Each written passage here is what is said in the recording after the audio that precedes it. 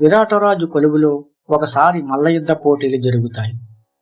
జీమాతుడు అనే బలమైన ముల్లుడు అందరినీ ఓడిస్తుంటే విరాటరాజు కోరిక మేరకు వలులుడి రూపంలో ఉన్న భీముడు అతనితో తలపడతాడు. భీముడు అతని శక్తిగా ఓడించి తన బలాన్ని నిరూపించుకుంటాడు. విరాటరాజు బావుమరిది సేనాధిపతి అయిన కీచకుడు ద్రౌపదిని చూసి మోహిస్తాడు.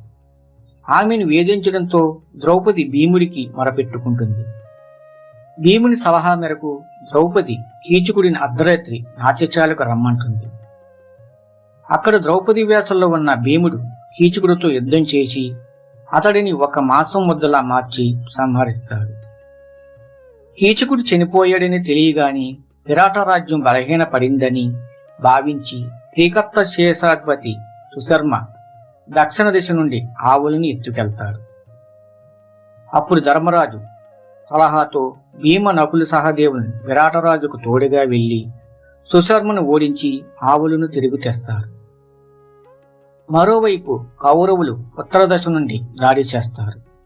రాజకుమారుడైన ఉత్తర కుమారుడు భయపడి పారిపోతుంటే బృహన్నల రూపంలో ఉన్న అర్జునుడు అతనికి ధైర్యం చెప్పి రథాన్ని నడపమంటాడు. అర్జునుడు సమీవృక్షం మీద దాచిన తన గాంధీవం తీసి కురు సైన్యాన్ని ఓడించి గోవులను రక్షిస్తారు. అజ్ఞాతవాసం ముగిసిన తర్వాత పాండవులు తమ నిజరూపాలను వెల్లడిస్తారు. విరాటరాజు సంతోషించి తన కుమార్తె అయిన ఉత్తరను అర్జునుడికిచ్చి వివాహం చెయ్యాలనుకుంటాడు. కాని అర్జునుడు ఆమెకు గురువుగా ఉన్నందున తండ్రి వరుస అవుతానని చెప్పి తన కుమారుడైన అభిమన్యుడికిచ్చి వివాహం చేస్తాడు.